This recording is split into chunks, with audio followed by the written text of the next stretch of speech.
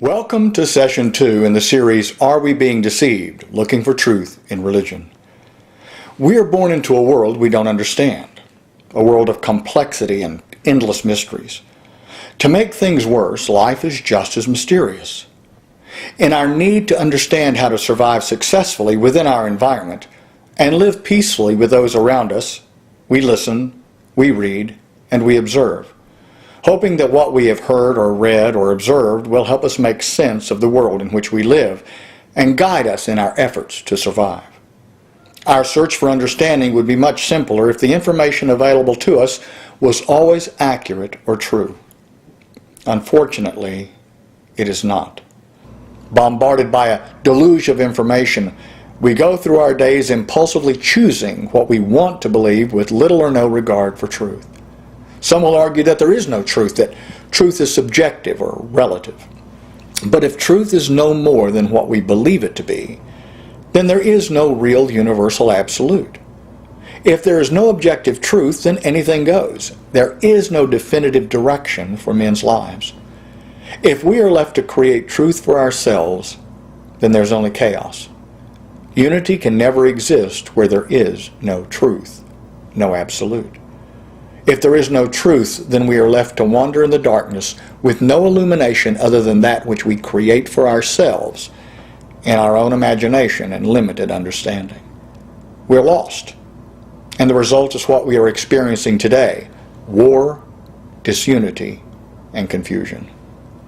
Truth gives us unity by defining what is real. So what is truth?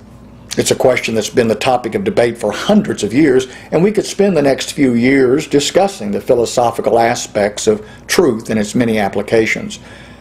But I think we will be better served to simply turn to Webster's dictionary and find a definition that is universally accepted.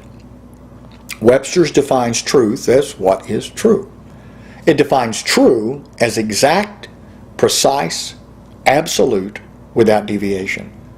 So truth is true. Truth is exact and absolute. So this definition is simple enough for anyone to grasp, and it will suffice for the application and context in which we will be using it. Truth is not opinion. Truth is not what we want it to be. This is a ball. It's a sphere, and that's the truth about the shape of a ball. Now, someone might want the ball to be a cube, but it will not be a cube just because they want it to be, will it? Their desire will not change the truth about the shape of the ball. Truth is not impacted by faith. I might believe with all of my heart that there is no such thing as gravity, but if I jump off a 10-story building, I'm going down, because gravity is real. Truth is not impacted by faith. Truth is universal. That is, if something is true in the United States, it's also true in France. This object is a ball.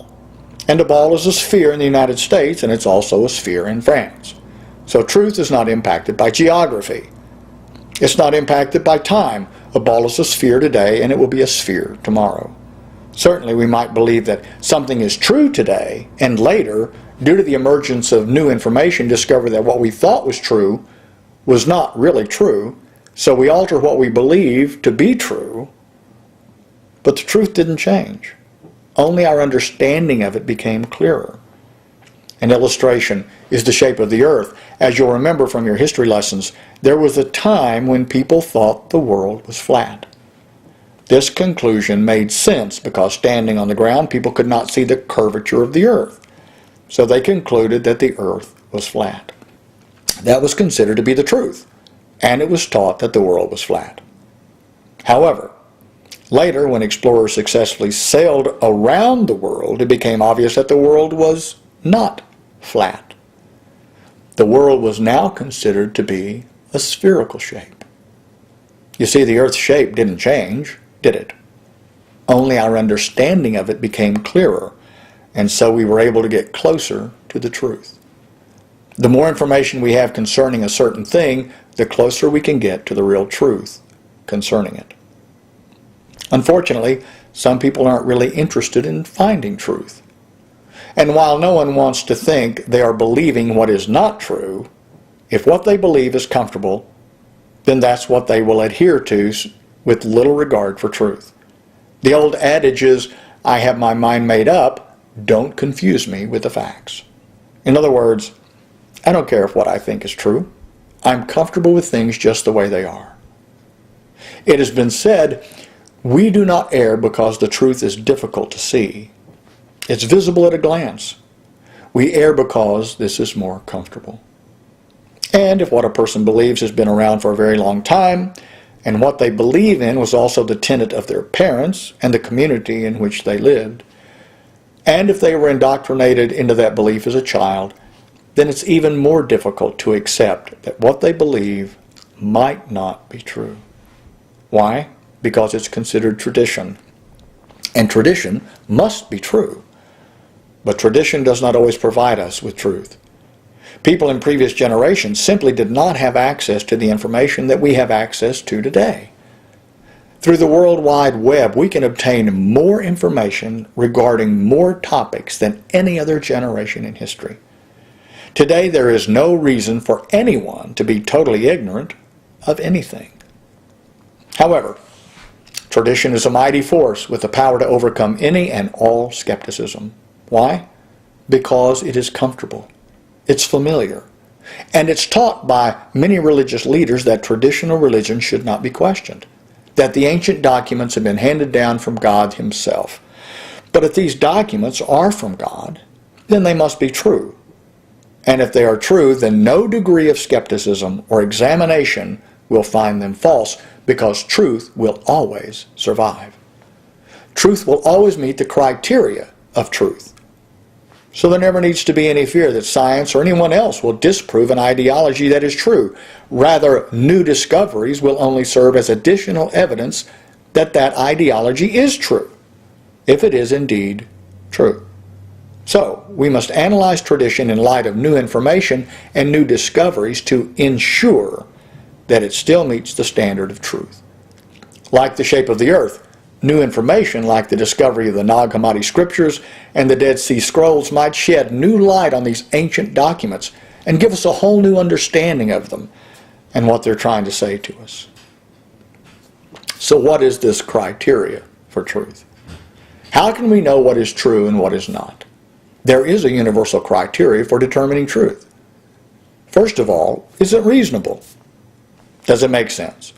In other words, if I say this ball will roll if I give it a shove, and you know that the definition of a ball is that it is a sphere or round, then it is reasonable to conclude that if there is nothing to impede its rolling, it should roll.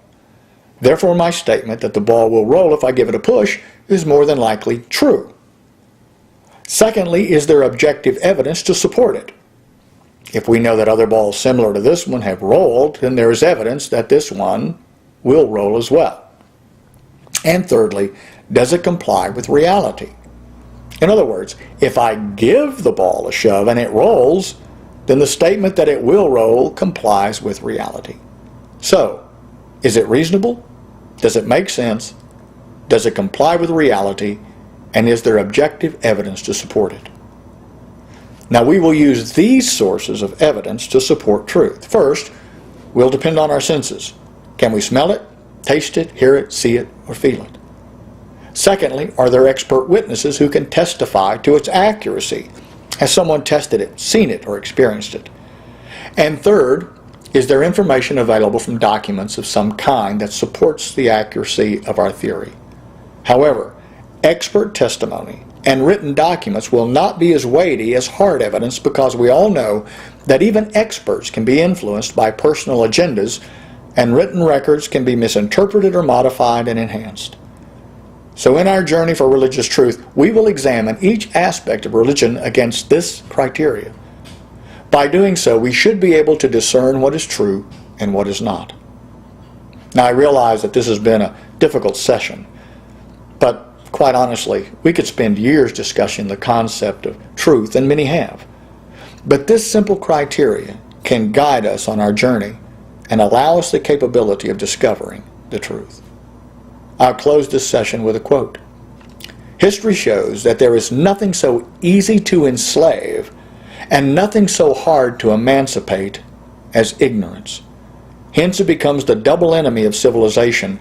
By its servility, it is the prey of tyranny, and biased credulity, it is the foe of enlightenment. Lemuel Washburn. If you'd like to get a little more detail on what we're talking about, get ahead. I invite you to get the book, Are We Being Deceived? It's available at Amazon.com in paperback or in ebook, or you can order it through your local bookstore. I hope to see you next session.